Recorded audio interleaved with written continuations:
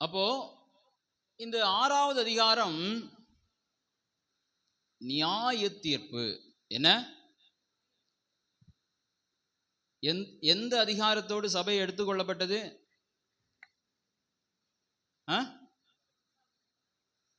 3ஆம் அதிகாரத்தோடு சபை இல்லை. இப்போது நடக்கிற காட்சி எங்கே நடக்கிறது? மேலே. ஆமென். இப்போ சபை அங்கு இருக்கிறது. நாம் எல்லாம் எங்க இருக்கிறோம்? நீ அங்கிருப்பாயோ. நீங்க உங்க ஆத்துமாட்ட கேளுங்க, நீ அங்கிருப்பாயோ. அங்க இருக்கணும், அங்க கண்டிப்பா இருந்தாகணும். இல்லைன்னா இனி சொல்லப்படுகிறதான உபத்திரவங்கள் எல்லாம் இந்த உலகத்திலே சம்பவிக்க போகிறது. ஆமென், ஸ்தோத்திரம். அப்போ முதலாவது முத்திரை, மொத்தம் எத்தனை முத்திரை உண்டு சொல்லுங்க? 7 முத்திரை, 7 எக்காலம், 7 கோப கலசங்கள். அப்போ இன்னைக்கு முதலாவது முத்திரையை உடைக்கிறோம். 7 முத்திரை. அப்ப எத்தனை குதிரை? 7 குதிரையா? பாத்தீங்களா? எத்தனை குதிரை? சரி, கலர் சொல்லுங்க பாப்போம். 4 குதிரை. ஸ்தோத்திரம். ஜென்சிகா சொல்லி கொடுத்துருக்காங்க. இல்ல, 4 குதிரை தான் உண்டு, நீங்க தப்பா சொல்றீங்க, அப்படித்தானே? ஓகே, முதலாவது குதிரை வாசிப்போம். நான் பார்த்தபோது இதோ ஒரு வெள்ளை குதிரையை கண்டேன். அதன் மேல் ஏறி இருந்தவன் வில்லை பிடித்திருந்தான். அவனுக்கு ஒரு கிரீடம் கொடுக்கப்பட்டது. அவன் ஜெயிக்கிறவனாகவும் ஜெயிப்பவனாகவும் புறப்பட்டான். சரி, இந்த குதிரை என்றால் என்னவென்றால் சொல்லுங்க பார்க்கலாம். நம்ம எவ்வளவோ வெளிப்படுத்தின புஸ்தகத்தை தியானித்திருப்போம். தானியேலின் புஸ்தகம் 7வது அதிகாரம் அதனுடைய 17வது வசனத்தை மாத்திரம் வாசிங்க. நமக்கு நேரம் இல்லை, அதை மட்டும் வாசிங்க. அந்த 4 பெரிய மிருகங்களும் பூமியிலிருந்து எழும்புகிற 4 ராஜாக்கள். சரி, இப்போ அதை மட்டும் மனசுல வச்சிருந்தா போதும். அது யாரு? ஒரு ராஜா. ஏனென்றால் கிரீடம் கொடுக்கப்பட்டால் அது அதிகாரத்தின் அடையாளம். எல்லாரும் கவனிங்க, கிரீடம் எதுக்கு கொடுக்கப்படுகிறது? அத்தாரிட்டி, அதிகாரம். உலகத்தை ரூல் பண்ணும்படியாக, அதை ஆளுகை செய்யும்படியாக அந்த அதிகாரம் அது தேவனாலே கொடுக்கப்படுகிறது. அப்போ வெள்ளை குதிரை, கிரீடம், இதெல்லாம் வைத்து நம்ம நிறைய கற்றுக்கொண்டது என்ன தெரியுமா? இது இயேசு கிறிஸ்துவன்னு. அப்படிதானே? நிறைய பேர் கற்றுக்கொண்டிருக்கிறாங்க. நிறம் வெள்ளை, கிரீடம், ஜெயிக்கிறது, எல்லாத்தையும் வச்சு பார்த்து இது இயேசு கிறிஸ்து. ஆனா இனி வருகிற பகுதியிலே இதை நாம் சரியாக படித்தோம் என்று சொன்னால் இது ஒரு போலியான குதிரை. என்ன குதிரை? ஏனென்றால் இங்கே என்ன இருக்கிற வில்லு கூட என்ன இருக்கணும் சொல்லுங்க? வில்ல மாத்திரம் என்ன செய்ய முடியாது, பயன்படுத்த முடியாது. வில்லு கூட என்ன இருக்கணும் சொல்லுங்க? அம்பு இருக்கணும். அவன்கிட்ட வில்லு மட்டும்தான் உண்டு. இவன் போலியானவன். இவன் வெள்ளை, அது சமாதானத்துக்கு அடையாளம். அப்படி என்றால் உலகம் முழுவதிலும் ஒரு போலியான சமாதானத்தை உண்டு பண்ணுகிறவனாய் இவன் இருப்பான். ஆமென். அவன் ஜெயிக்கிறவனாயிருப்பான். அவனுக்கு அதிகாரம் இருக்கிறது. உலக மக்கள் அனைவரும் இடரல் அடைவார்கள். இவன் தான் மெய்யான ராஜா என்று பார்த்து, ஆமென், இவர்கள் எல்லாரும் இடரல் அடைந்து இருக்கும் பொழுது, ஆமென், ஸ்தோத்திரம், இவன் ஸ்தோத்திரம் என்ன சொல்லப்பட்டிருக்கிறது பாருங்கள். வேற புஸ்தகங்கள்ல என்ன சொல்லப்பட்டிருக்கிறது என்று சொன்னால், இவன் கிறிஸ்துவுக்கு ஒப்பாய் இருப்பானாம். ஆமென். அதற்கு நாம் வருகிறதான அதிகாரங்களிலே தியானிப்போம். அந்த 2வது முத்திரையை உடைக்கட்டும். அவர் 2ஆம் முத்திரையை உடைத்த போது 2ஆம் ஜீவனானது நீ வந்து பார் என்று சொல்ல கேட்டேன். அப்பொழுது சிவப்பான வேறொரு குதிரை புறப்பட்டது.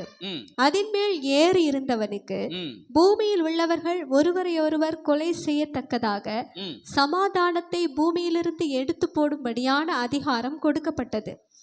ஒரு பெரிய பட்டயமும் அவனுக்கு கொடுக்கப்பட்டது. இப்போ முதல்ல வந்தவர் யாரு? வெள்ளையானவர். இவர் கொடுத்த சமாதானம் எப்படிப்பட்டது? போலியானதுன்னு இரண்டாவது குதிரையில விளங்கிட்டு. ஏன்?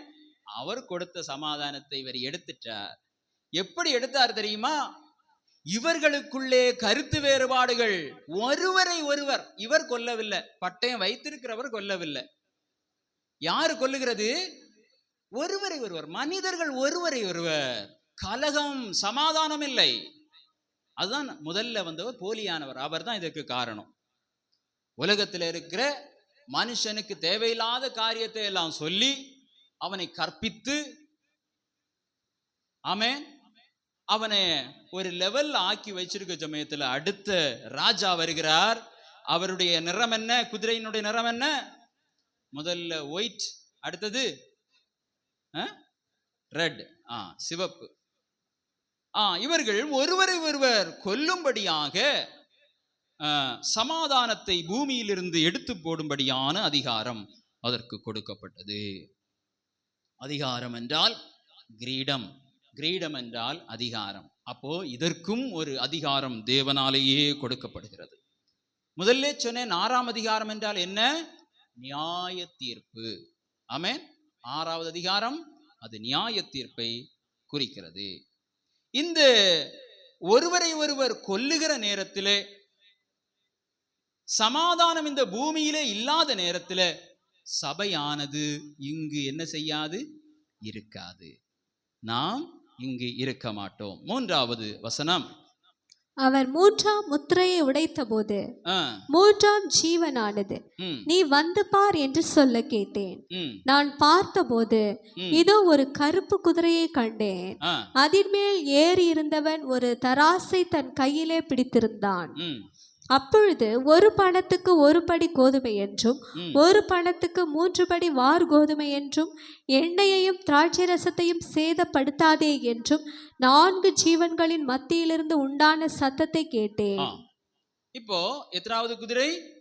3வது குதிரை, 3வது முத்திரை. அதனுடைய நிறம் என்ன? கருப்பு.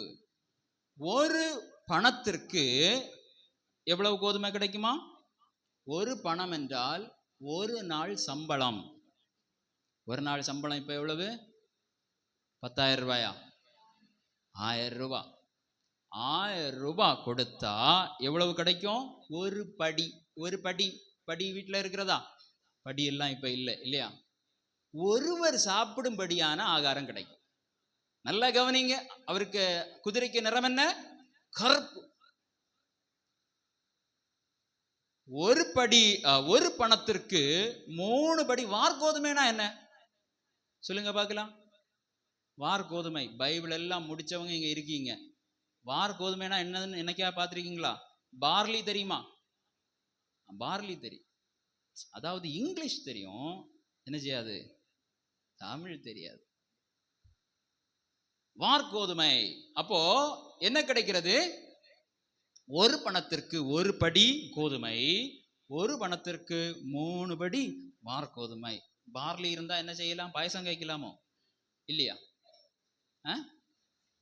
பாயாசம்னு சொன்ன உடனே குழந்தைகளுக்கு சிரிப்பை பாருங்க. கூட்டம் முடிஞ்ச உடனே கிடைக்கும்னு நினைக்கிறீங்களோ? அப்போ ஒரு பணம் ஒரு நாளை சம்பளத்தை முழுமையாய் வாங்கிட்டு வந்தா இவ்வளவுதான் ஆகாரம். ஒரு வீட்டில் 4 பேர் இருக்கிறார்கள் என்று சொன்னால் இதை வைத்துதான் சாப்பிட வேண்டும். ஆமென்.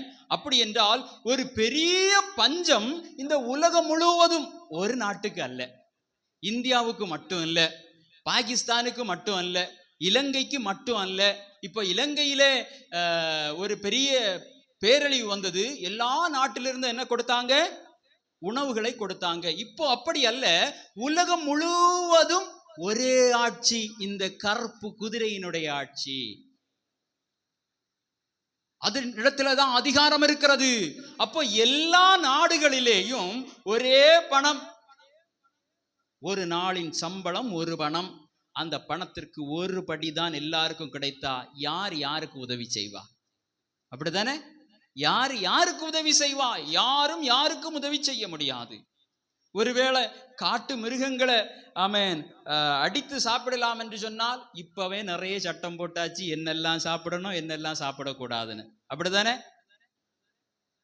முந்தி பட்சிகளை எல்லாம் கொக்கை பார்த்தா அடிச்சு சாப்பிட்டுருவாங்க, அப்படிதானே?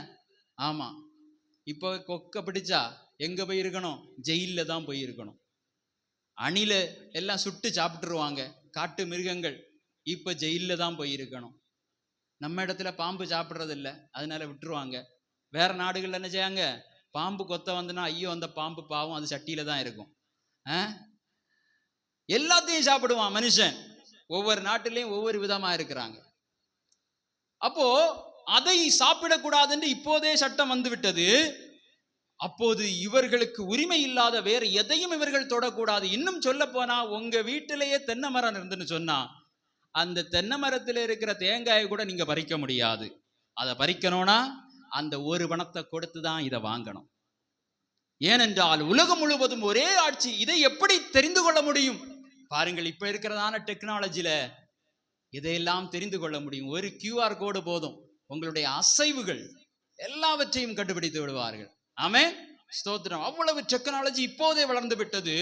அப்போது இதைவிட மேலான மேலான ஆமென் ஸ்தோத்திரம் டெக்னாலஜி அப்போ இருக்கும். ஒன்றுமே செய்ய முடியாது. ஆனா நம்ம இங்க இருக்க மாட்டோம். அல்லேலூயா. தேவனுடைய சபை இங்க இருக்காது. ஹல்லேலூயா. அதனாலதான் சொல்கிறது, இதுவே அனுக்கிரக காலம், இதுவே இரட்சணிய நாள். மிகவும் பஞ்சம். அப்போ திராட்சை ரசத்தையும் எண்ணெயும் சேதப்படுத்தாதே. அப்படி என்றால் மிகவும் விலை உயர்ந்தது என்னது? திராட்சை ரசம். மிகவும் விலை உயர்ந்தது இது. எண்ணெய் இப்போ தங்கத்திற்கு எப்படி விலை இருக்கிறதோ அதை போல திராட்சை ரசத்திற்கும் எண்ணெய்க்கும் விலை இருக்கும். ஒருவேளை ஒரு வருடம் உழைத்தால் தான் அதை வாங்க முடியும் என்கிறதான நிலை இருக்கும். அதனால அதை நீ சேதப்படுத்தாதே, இது விலை மதிப்பற்றது. அல்லேலூயா. ஆமென், ஸ்தோத்திரம். தேவநாம மகிமைப்படுவதாக. அப்போ பொன்னை கொடுத்து ஒன்றையும் வாங்க முடியாது. அவர்கள் அப்போது வைத்திருக்கிற பணத்தை வைத்துதான் எல்லாவற்றையும் வாங்க முடியும். வேற ஒரு பண்டமாற்று முறை என்று அங்கு இல்லை. அல்லேலூயா. இப்போது தங்கத்தை வைத்து எதை வேண்டுமானாலும் வாங்கிக் கொள்ளலாம். ஆனால் அன்று அந்த கருப்பு குதிரையின் மேல வருகிற ஆமென் அவர் என்ன சொல்லுகிறாரோ, கருப்புக்கு ஒப்புமையாக சொல்லப்பட்டிருக்கிற அந்த ராஜா என்ன சொல்லுகிறாரோ அதை தான் இந்திய தேசமும் கேட்க வேண்டும், அமெரிக்க தேசமும் கேட்க வேண்டும், உலகத்தில் இருக்கிற எல்லா தேசமும் கேட்க வேண்டும். எத்தனாவது முத்திரை சொல்லுங்க? மூன்றாவது முத்திரை.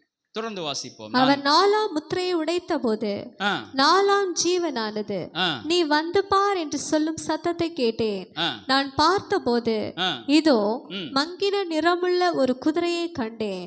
அதன் மேல் ஏறி இருந்தவனுக்கு மரணம் என்று பெயர். பாதாளம் அவன் பின் சென்றது. பட்டயத்தினாலும் பஞ்சத்தினாலும் சாவினாலும் பூமியின் துஷ்ட மிருகங்களினாலும் பூமியின் கார் பங்கில் உள்ளவர்களை கொலை செய்யும்படியான அதிகாரம் அவைகளுக்கு கொடுக்கப்பட்டது. போதும். 4வது முத்திரை. குதிரையினுடைய நிறம் என்ன?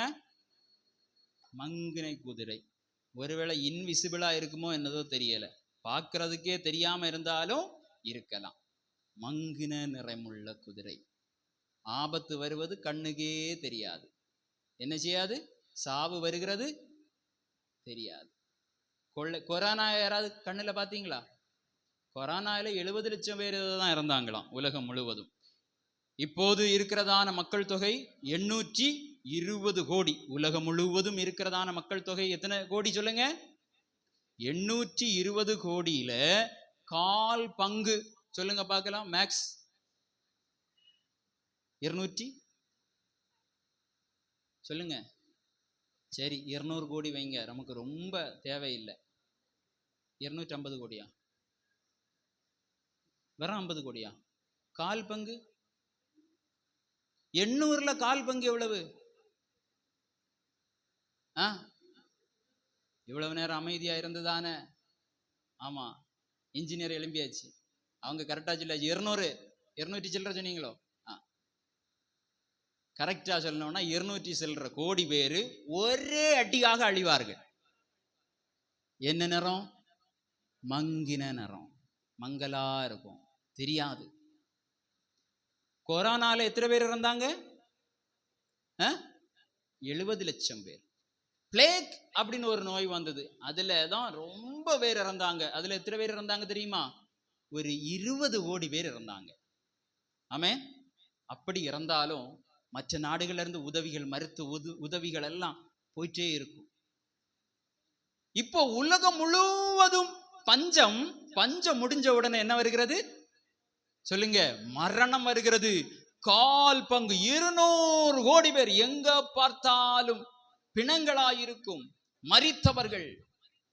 அல்லேலூயா. அப்போ 4வது குதிரை இது ஸ்தோத்திரம் எப்படியெல்லாம் கொல்லுமாம்? பட்டயத்தினாலும், பஞ்சத்தினாலும், சாவினாலும், பூமியின் துஷ்ட மிருகங்களினாலும் எல்லாரையும் கொல்லும். துஷ்ட மிருகங்களினாலே. அல்லேலூயா. சரி, 5வது முத்திரையை. அவர் 5ஆம் முத்திரையை உடைத்த போது தேவ வசனத்தின் நிமித்தமும் தாங்கள் கொடுத்த சாட்சியின் நிமித்தமும் கொல்லப்பட்டவர்களுடைய ஆத்துமாக்களை பலிபீடத்தின் கீழே கண்டேன். நல்ல கவனிங்க. இப்ப காட்சி நேர எங்க போகிறது? மேலே. ஆமென். எங்க? பலிபீடத்திலே. முதலாவது சிங்காசனம் என்று ஒன்றை பார்த்தார். இப்போது பலிபீடம். பலிபீடத்தின் கீழே எப்படி கொல்லப்பட்டவர்கள்? அவர்கள் பரிசுத்தமும் சத்தியமும் உள்ள ஆண்டவரே, தேவரீர் பூமியின் மேல் கேட்ட கேள்விக்கு பதில் சொல்லுங்க. நேராச்சோ. தேவ வசனத்தின் நிமித்தமும் தாங்கள் கொடுத்த சாட்சி நிமித்தமும் கொல்லப்பட்டவர்கள். இது யார் தெரியுமா? நம்ம காலத்துல இரத்த சாட்சியா மரித்தவர்கள் கிடையாது. நல்ல கவனமா கவனிங்க. நம்முடைய சபையின் காலத்துல ஒருவேளை இரத்த சாட்சியாய் மரித்தவர்கள், அவர்களெல்லாம் உயிர் தெழுந்தாச்சு. ஆமென்.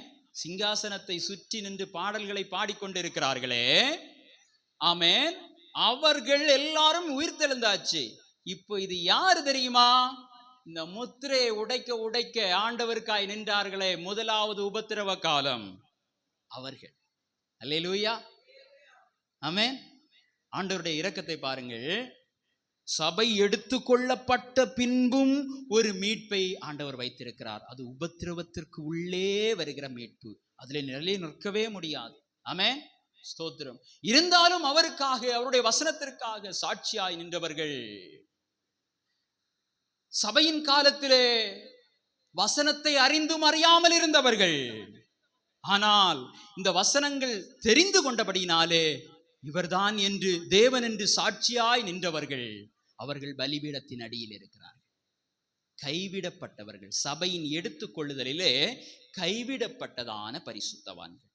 இந்த 4 குதிரையையும் யார் எதிர்க்கிறார்களோ, தேவனுக்காய் யாரெல்லாம் அந்த உபத்திரவ காலத்தில் வைராக்கியத்தோடு நிற்கிறார்களோ, அந்த ஆத்துமாக்கள் அவர்கள் எங்கே இருக்கிறார்கள்? பலிபீடத்திற்கு அடியில் இருக்கிறார்கள். தொடர்ந்து வாசிப்போம்.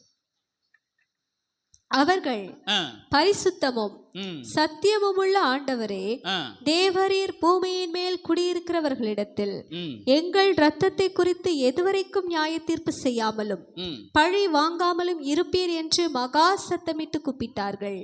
அப்பொழுது அவர்கள் ஒவ்வொருவருக்கும் வெள்ளை அங்கிகள் கொடுக்கப்பட்டது. அன்றியும் அவர்கள் தங்களைப் போல கொலை செய்யப்பட போகிறவர்களாகிய தங்கள் உடன் பணிவிடைக்காரரும் தங்கள் சகோதரருமானவர்களின் தொகை நிறைவாகும் அளவும் இன்னும் கொஞ்ச காலம் இளைப்பாற வேண்டும் என்று அவர்களுக்கு சொல்லப்பட்டது. இப்ப புரியுதா? உபத்திரவ காலம் என்ன செய்யவில்லை? முடிவாகவில்லை. இன்னும் தொடர்ந்து கொண்டே இருக்கிறது. இன்னும் நீங்க வெயிட் பண்ணுங்க. மொத்தம் 7 ஆண்டுகள் உபத்திரவ காலம், 3.5 ஆண்டுகள் உபத்திரவ காலம், பின்பு 3.5 ஆண்டுகள் மகாபத்திரவ காலம். இன்னும் வரவேண்டிய ஆத்துமாக்கள் உண்டு. அப்போ இப்போ மரித்தவர்கள், இந்த உபத்திரவ காலத்திற்கு முன்பதாக மரித்தவர்கள் எல்லாரும் அவர்கள் தேவனோடு இருப்பார்கள். அவருடைய சிங்காசனத்தை சுற்றி சுற்றி நின்று பரிசுத்தர் பரிசுத்தர் என்று பாடல் பாடினார்கள் என்று அந்த அதிகாரத்திலே நாம் வாசித்தோம். அல்லேலூயா. தொடர்ந்து வாசியுங்கள். அவர் 6ஆம் முத்திரையை உடைக்க கண்டேன். இதோ பூமி மிகவும் அதிர்ந்தது. சூரியன் கருப்பு கம்பளியை போல கருத்தது. சந்திரன் ரத்தம் போலாயிற்று. அத்திமரமானது பெருங்காற்றினால் அசைக்கப்படும் போது அதன் காய்கள் உதிர்கிறது போல வானத்தின் நட்சத்திரங்களும் பூமியிலே விழுந்தது. வானமும் சுருட்டப்பட்ட புஸ்தகம் போலாகி விலகி போயிற்று. மலைகள் தீவுகள் யாவும் தங்கள் இடங்களை விட்டு அகன்று போயின. பூமியின் ராஜாக்களும் பெரியோர்களும் ஐஸ்வர்யவான்களும் சேனை. இப்போ எத்தனாவது முத்திரை? 6வது முத்திரையை உடைக்கும் பொழுது என்ன நடக்கிறது என்றால், பூமி எப்படி அதிர்ந்தது அப்படின்னா என்ன? நிலநடுக்கம் வந்தது. இப்போ நிலநடுக்கம் வரும் பாருங்க, நம்ம இடத்துல அதிகமா வந்ததில்லை. முந்தி குஜராத்தில் வந்ததுன்னு சொல்லுவாங்க. ஜப்பான்ல அடிக்கடி நிலநடுக்கம் வந்து கொண்டே தான் இருக்கும். அது ஒரு சிறிய அளவில் உள்ள நிலநடுக்கம். இப்பொழுது பூமி முழுவதும் எந்த திசையில இருந்தாலும் சரி, எந்த கண்ட்ரியில இருந்தாலும் சரி, ஒருவேளை அண்டர் கிரவுண்ட்ல ஆமேன் படுக்கை போட்டு அங்க நல்ல பாதுகாப்பை எல்லாம் உண்டு பண்ணி டெக்னாலஜில இருந்தாலும் சரி, ஒருவேளை வானத்துல சந்திர மண்டலத்துல போய் அங்கே இப்ப எல்லாம் போறாங்க இல்ல, சந்திரனுக்கு போகிறாங்க, அங்க போய் ஒரு வீடு கட்டி அங்க இருந்தாலும் சரி, இப்ப என்ன செய்கிறது? பூமி மாத்திரம் அதிரவில்லை. தொடர்ந்து வாசியுங்கள். பூமி மிகவும் அதிர்ந்தது. சூரியன் கருப்பு கம்பளியை போல கருத்தது. சந்திரன் ரத்தம் போலாயிற்று. அத்திமரமானது பெருங்காற்றினால் அசைக்கப்படும் போது அதன் காய்கள் உதிர்கிறது போல வானத்தின் நட்சத்திரங்களும் பூமியிலே விழுந்தது. சந்திரன் அதுவும் நட்சத்திரம் தான். சூரியன் அதுவும் ஒரு நட்சத்திரம் தான். மேல இருக்கிறதெல்லாம் எப்படி? ஆமா, புளிய மரத்தை குலுக்கின உடனே என்ன விழும்? புளி எல்லாம் விழும் பார்த்தீங்களா? இது மாதிரி விழுந்துரும். அல்லேலூயா. அப்போ மரங்கள், செடிகள், மலைகள், நட்சத்திரங்கள் எல்லாமே அசைக்கப்பட்டு, இன்னைக்கு நிறைய பேர் சொல்லுவாங்க, என்னய்யா கடவுள் கடவுள்னு சொல்றீங்க? இயற்கை தான் பெரிய கடவுள். என்ன கடவுள்? இயற்கை தான் பெரிய கடவுள், இயற்கை தான் பெரிய சக்தி. இங்க அந்த இயற்கை அசைக்கப்பட்டது. அல்லேலூயா. கடலை வணங்குவார்கள், தண்ணீரை வணங்குவார்கள், ஆகாயத்தை வணங்குவார்கள், சூரியனை வணங்குவார்கள், சந்திரனை வணங்குவார்கள், மரங்களை வணங்குவார்கள், மலைகளை வணங்குகிறார்கள், மலையின் மேலே போய் தீபத்தை ஏற்றுகிறார்கள். எல்லாம் அசைந்தது, எல்லாம் கீழே விழுந்தது. தொடர்ந்து வாசியுங்கள். வானமும் சுருட்டப்பட்ட புஸ்தகம் போலாகி விலகி போயிற்று. மலைகள் தீவுகள் யாவும் தங்கள் இடங்களை விட்டு அகன்று போயின. பூமியின் ராஜாக்களும் பெரியோர்களும் ஐஸ்வர்யவான்களும் சேனை தலைவர்களும் பலவான்களும் அடிமைகள் யாவரும் சுயாதீனர் யாவரும் பர்வதங்களின் குகைகளிலும் கண்மலைகளிலும் ஒளித்து கொண்டு பர்வதங்களையும் கண்மலைகளையும் நோக்கி, நீங்கள் எங்கள் மேல் விழுந்து சிங்காசனத்தின் மேல் வீற்றிருக்கிறவருடைய முகத்திற்கும் ஆட்டுக்குட்டியானவருடைய கோபத்திற்கும் எங்களை மறைத்துக் கொள்ளுங்கள். அவருடைய கோபாக்கினையின் மகா நாள் வந்துவிட்டது, யார் நிலை நிற்க கூடும் என்றார்கள். போதும். அல்லேலூயா. பாருங்கள், பூமியின் ராஜாக்கள் இப்போது உணர்வடைகிறார்.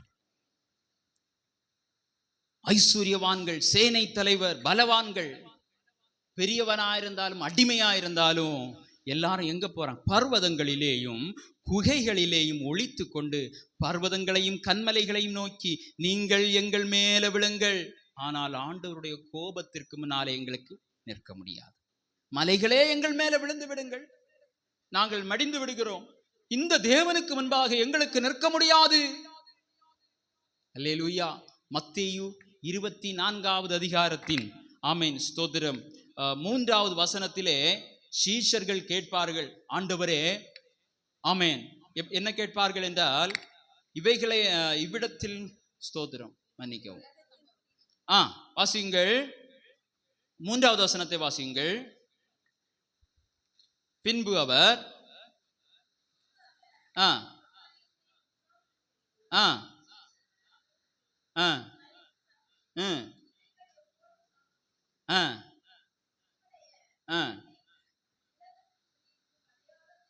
உலகத்தின் முடிவுக்கு அடையாளம் என்ன? உம்முடைய வருகைக்கும் உலகத்தின் முடிவுக்கும் அடையாளம் என்ன என்று சொல்லி இயேசுவிடத்திலே கேட்டு ஒரு பதிலை வாங்கினாங்களே, அந்த பதில் தான் இப்போது நடந்து கொண்டிருக்கிறது. இப்ப நடக்கிறதல்ல, இந்த வெளிப்படுத்தின சுவிசேஷத்திலே நாம் வாசிக்கிறது, வெளிப்படுத்தின இந்த விசேஷத்திலே நாம் வாசிக்கிற காரியங்களை தான் இயேசு அங்கு சொல்லி இருக்கிறார். கொஞ்சம் வாசிங்க பார்க்கலாம். இயேசு அவர்களுக்கு பிரதியுத்தரமாக, ஒருவனும் உங்களை வஞ்சியாதபடிக்கு எச்சரிக்கையாயிருங்கள். 4 பேரும் உங்களை வஞ்சிக்காதபடி எச்சரிக்கையாயிருங்கள் என்று யாரிடத்துல சொல்லுகிறார் தெரியுமா? சபையின் இடத்துல இல்ல, யூதர்களிடத்துல சொல்லுகிறார். யூதர்கள் நிறைய பேர் இனிதான் வருவாங்க. ஆமே, நல்லா கவனிங்க, இது சபைக்கு சொல்லவில்லை.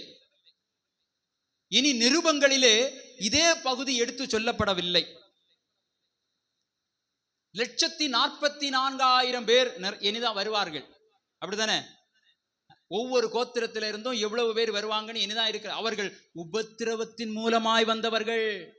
நீங்களும் நானும் அப்படி அல்ல, அதற்கு முன்பாகவே வந்தவர்கள். இயேசு கிறிஸ்து என்னும் ஆமென் அவருடைய மாமிச திரையின் வழியாக நானே வழியும் சத்தியமும் ஜீவனுமாயிருக்கிறேன் என்று சொன்னாரே, அதன் வழியாய் நாம் வந்து விட்டோம்.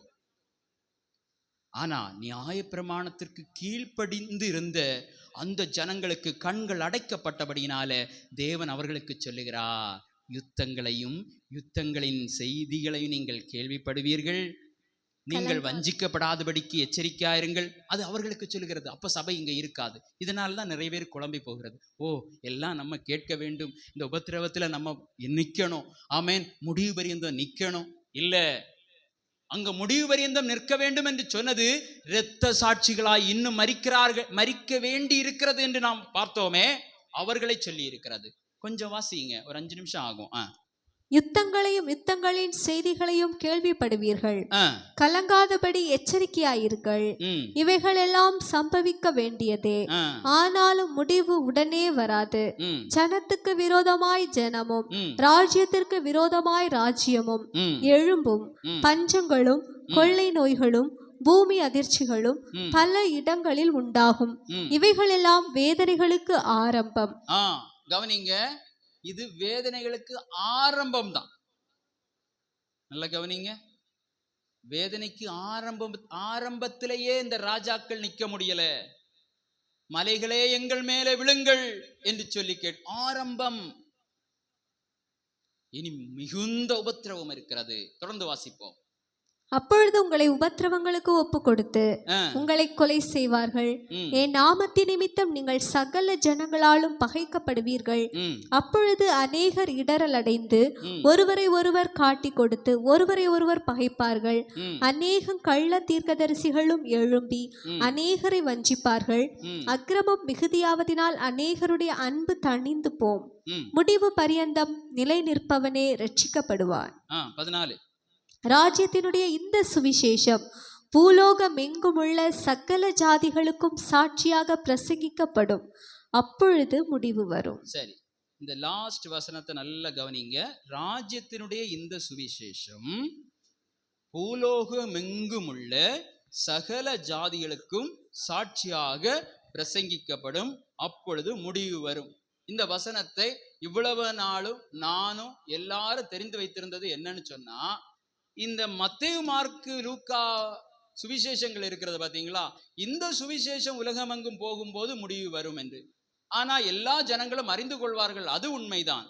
ஆனா ரெவலேஷன் வெளிப்படுத்தின விசேஷ 14:6 வாசியுங்கள். பின்பு வேறொரு தூதன் வானத்தின் மத்தியிலே பறக்க கண்டேன். அவன் பூமியில் வாசம் பண்ணுகிற சகல ஜாதிகளுக்கும் கோத்திரத்தாருக்கும் பாஷைக்காரருக்கும் ஜன கூட்டத்தாருக்கும் அறிவிக்கத்தக்கதாக நித்திய சுவிசேஷத்தை உடையவனாயிருந்து. ஆமென். இதுதான் அந்த சுவிசேஷம். யாருக்கெல்லாம் அறிவிக்கிறார்? சகல ஜாதிகளுக்கும் கோத்திரத்தாருக்கும் பாஷைக்காரருக்கும் ஜன கூட்டத்தாருக்கும் அறிவிக்கத்தக்க நித்திய சுவிசேஷத்தை உடையவனாயிருந்து.